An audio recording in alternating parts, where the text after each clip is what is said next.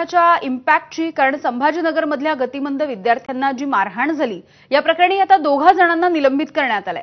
शिपाई दीपक इंगळे आणि केअरटेकर प्रदीप देहाडे याच्यावरती आता गुन्हा दाखल करण्यात आलेला आहे।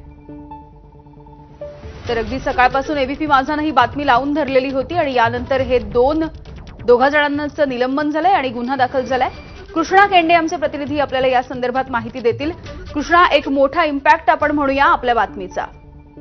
निश्चित 2 जणांचं निलंबन शाळेकडून करण्यात आलेलं आहे, ज्यामध्ये प्रदीप देहाडे नावाचे एक केअरटेकर आहेत आणि दुसरं दीपक इंगळे नावाचा शिपाई आहे। जो दीपक इंगळे दृश्यांमध्ये दिसत आहे की कुकरच्या झाकणानं गतिमंद मुलाचे हात पाठीमागे बांधून त्याला मारहाण करतोय आणि दुसरं जे सीसीटीव्ही फुटेज समोर आलंय त्यामध्ये प्रदीप देहाडे नावाचा हा काळजीवाहक आहे, केअरटेकर आहे, तो देखील या ठिकाणी विद्यार्थ्यांना लाथात बुक्क्यांनी तुडवत असल्याचं समोर आलंय।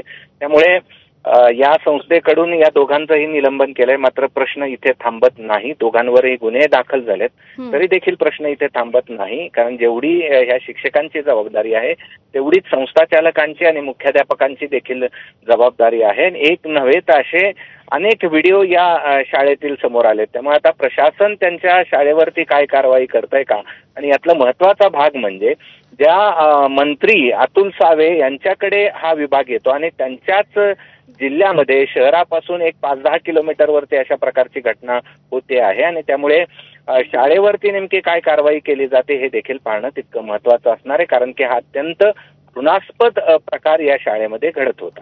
अगदी कृष्णा, निश्चितपणे आपण देखील या सगळ्याचा पाठपुरावा करू। खूप खूप धन्यवाद माहितीसाठी।